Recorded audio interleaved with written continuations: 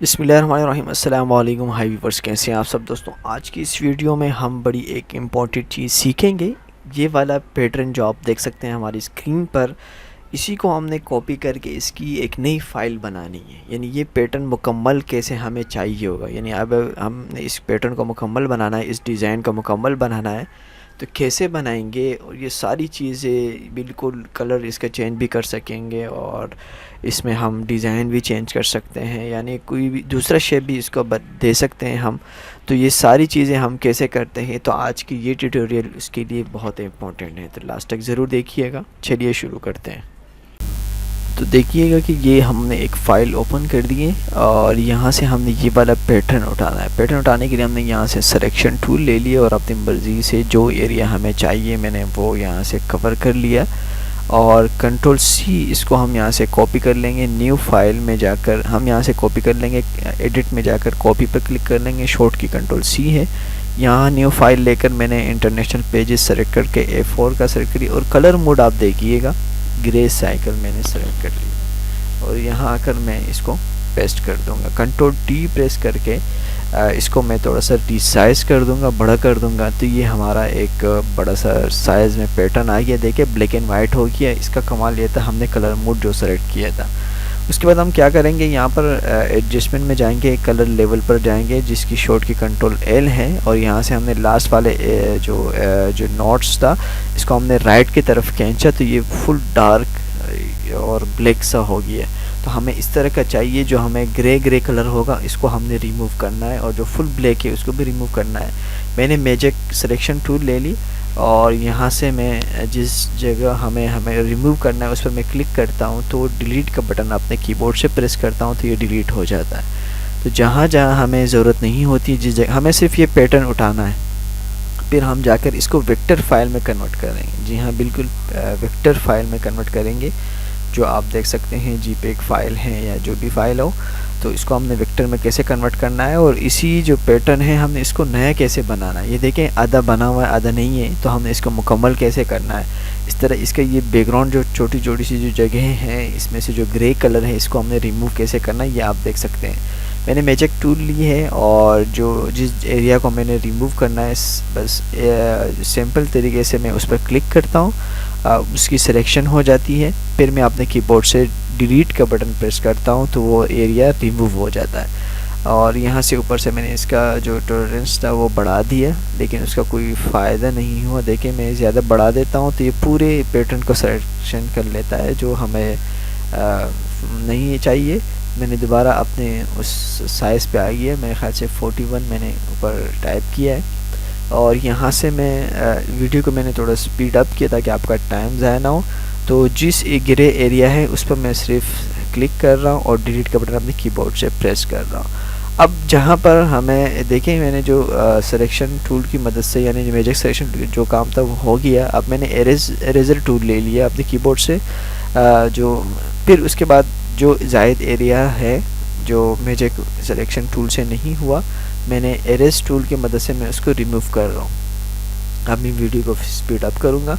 इसके अलावा आप देखिएगा कि जहाँ पर कट लगा है यानी जो एरिया हमारी कट चुकी है जो सिलेक्शन टूल की मदद से, उसको हमने दोबारा कैसे बनाना है तो वो भी मैं आपको इसमें बता रहा हूँ। देखिए जैसे मिसाल के तौर पर यहाँ ऊपर कट लग चुका है, इसको हमने कैसे बनाना है। अब देखें मैं एरेज़र टूल की मदद से मैं सारा काम कर रहा हूँ और जहाँ पर हमें बहुत छोटी जगह में जाना होता है तो मैं अपने कीबोर्ड से जो स्क्वायर ब्रैकेट है उसके लेफ़्ट साइड वाला स्क्वायर ब्रैकेट में दबाता हूँ तो ये हमारा जो एरेज़र टूल है ये छोटा हो जाता है।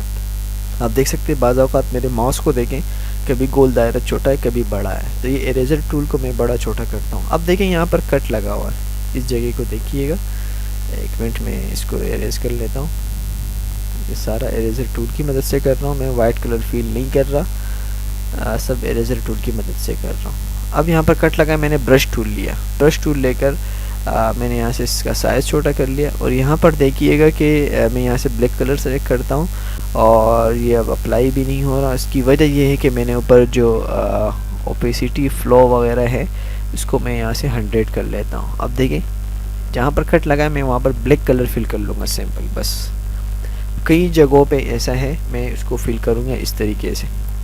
इस पैटर्न का हमें सिर्फ लेफ़्ट साइड चाहिए होगा, लेफ़्ट साइड हम इसको बना देंगे, फिर हम इसको कोड ड्रॉ पर ले जाएंगे, वहाँ हम इसको वेक्टर में कन्वर्ट कर लेंगे जस्ट 2 क्लिक्स पर।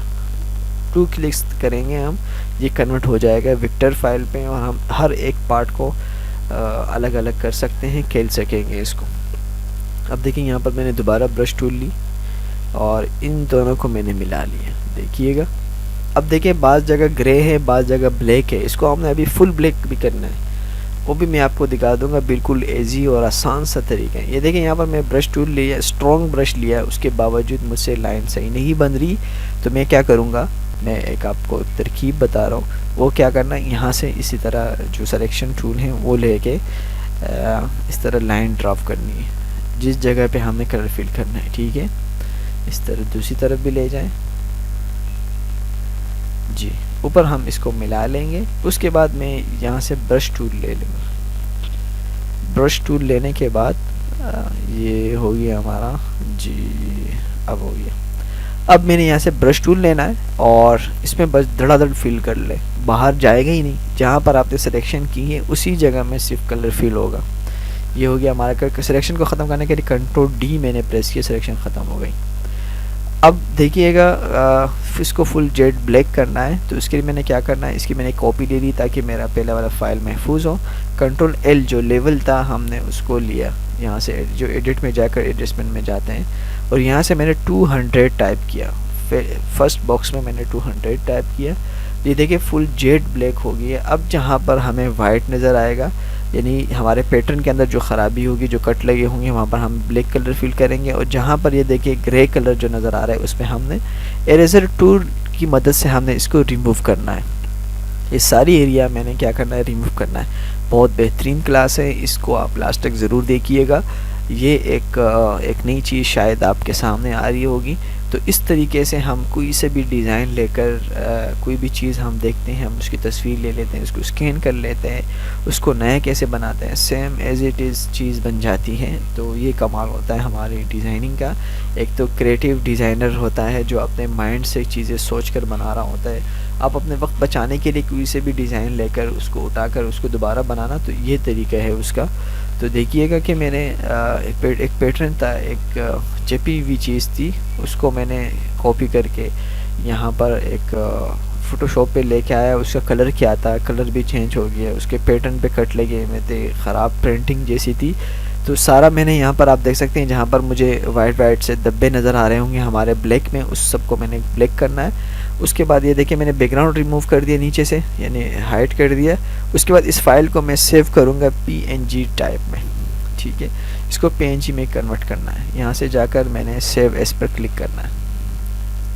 सेव एस, यहाँ पर फॉर्मेट में जाकर मैंने PNG देखना है, ये ले यस, ये रहा PNG सेलेक्ट करके मैंने इस फाइल को सेव करना है और कोड ड्रॉ ओपन करना है। यहाँ से सर्च बार में मैं गया, मैंने कोड ड्रॉ टाइप किया, सबसे पुराना वर्जन जो कोड 12 मेरे पास रखा था, मुझे नया वर्जन इंस्टॉल करने की ज़रूरत ही नहीं पड़ी। यहाँ से जाकर मैंने फ़ाइल को न्यू फाइल ली। न्यू फाइल लेने के बाद हम यहाँ पर जाएंगे इंपोर्ट पर और यहाँ पर मैंने उस इमेज को ओपन कर ली और साइड्स इसके हम यहाँ से कर्व कर लेंगे। इसकी कॉर्नर हम यहाँ से ख़त्म कर लेंगे, यहाँ हमने इसकी ख़त्म कर दी। और उसके बाद हमने क्या करना है, देखिए ये सारा कमाल यहाँ पर ट्रेस करना है। इसको हमने यहाँ पर ऊपर हम ट्रेस पर क्लिक करेंगे, ट्रेस बिटमैप, और ये फ़ाइल यहाँ पर आ जाएगी। यस करना है। जूम आउट करके मैं आपको फ़ाइल दिखा देता हूँ। यहाँ से मैं जूम आउट कर लेता हूँ, ये फ़ाइल हमारी आ गई है। अब सबसे टॉप पर जो हमारी जो टूल्स बार है उसमें टॉप पर मैंने सेलेक्ट किया, ऊपर मेरे 12 पॉइंट सेलेक्ट हैं और साथ में मैंने एक पेन पर क्लिक किया। तो ये देखें राइट साइड वाली विंडो पर हमारी फ़ाइल कन्वर्ट हो चुकी है वेक्टर पर। अब हम क्या करेंगे, इसी फाइल को हम यहाँ से बंद कर देंगे। बंद कर दे, क्लोज़ कर दे, यस करना होगा। यस करके यहाँ पर फाइल आपकी आ गई। माउस से मैंने फ़ाइल ओपन कर दी, इस तरफ कर ली, कंट्रोल यू प्रेस करके ये अनग्रुप हो जाएगा। बैकग्राउंड आपने इस तरह डिलीट करना है और इस तरह आकर आपके पास ये फ़ाइल विक्टर हो गई। देखिए मैं कितना जूम कर रहा हूँ, इसके पिक्सल नहीं पड़ रहे, तो इसका मतलब ये विक्टर हो गया। अब यहाँ पर ये जो थोड़ा बहुत ग्रे होगा हम इसको डिलीट कर देंगे, कई जगहों पर होगा। इसके अलावा जहाँ पर हमें नुक्स नज़र आएगा, यानी जहाँ पर हमें टेढ़ा मेढ़ा नज़र आ रहा होता है, तो हम उसको सेट करेंगे यहाँ पर। एक देखें मैंने एक पैटर्न को एक JPEG को वेक्टर फाइल में कन्वर्ट किया और उसको कलर भी फिल कर सकते हैं, उसको एडिट भी कर सकते हैं। एक तरीका तो ये था, एक ये था कि हम इसी पैटर्न को यहाँ कोरोड्रॉ में लाते और हम पेन टूल की मदद से पूरी तरीके से इसको ड्राफ करते, तो हमारा बहुत ज़्यादा टाइम ख़राब हो जाता। इसलिए मैंने एक आसान सा तरीका आपको बता दिया कि किसी भी इमेज को सिर्फ ब्लैक एंड वाइट पे कन्वर्ट करना है फ़ोटोशॉप पे, और वहाँ पर जो ज़ायद एरिया है उसको आपने रिमूव करना है, जिस तरह करना है जो सब कुछ मैंने आपको यहाँ पर बता दिया। अब यहाँ पर देखिए कोरोड्रॉ में डिटेल इसलिए नहीं बता रहा, इस पर ऑलरेडी मेरी वीडियोस बन चुकी हैं। एक ट्रेसिंग फाइल को, एक फ़ाइल को ट्रेस करके एक बिट में फ़ाइल को हमने वेक्टर में कैसे लाना है, तो इस पर मेरी ऑलरेडी एक वीडियोस बनी होगी, शायद ऊपर आई के बटन में आपको नज़र आ रहा होगा, तो आप वहां से जाके ज़रूर देखिएगा अगर आपने कोरोड्रॉ में ये चीज़ सीखनी है।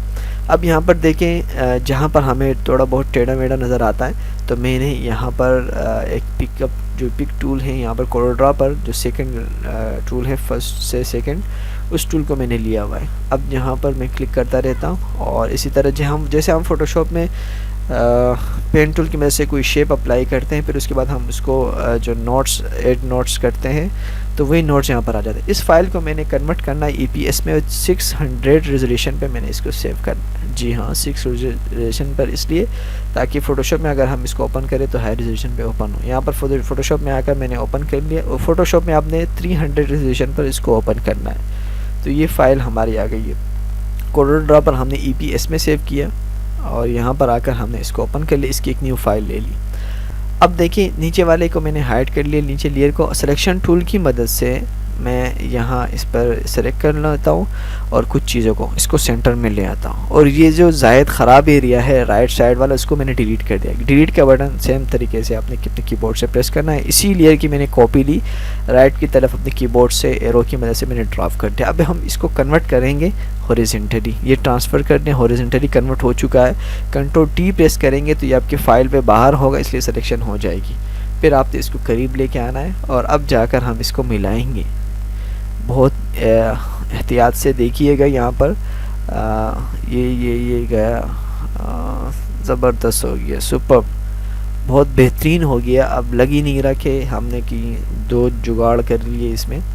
तो देखिएगा कि बहुत बेहतरीन तरीके से खूबसूरत सा हमारा पैटर्न बनकर आ गया है। अब हम क्या करेंगे, इन दोनों लेयर को मर्ज करेंगे। ये सेलेक्ट कर लिया, मर्ज लेयर कर दिया मैंने, और देखिएगा कि हमने एक पैटर्न मुकम्मल हो गया हमारा। अब यहाँ से हम इसकी ब्लेंडिंग मोड में जाकर कलर ओवरले कर सकते हैं, शेडो दे सकते हैं, और इस पर पैटर्न अप्लाई कर सकते हैं दूसरे, और इसी तरह यहाँ पर हम इसके एजिस के साथ भी खेल सकते हैं, टेक्सचर वगैरह दे सकते हैं। तो ये सारी चीज़ें आपको नज़र आ रही होगी। और इसी तरह जी देखिएगा।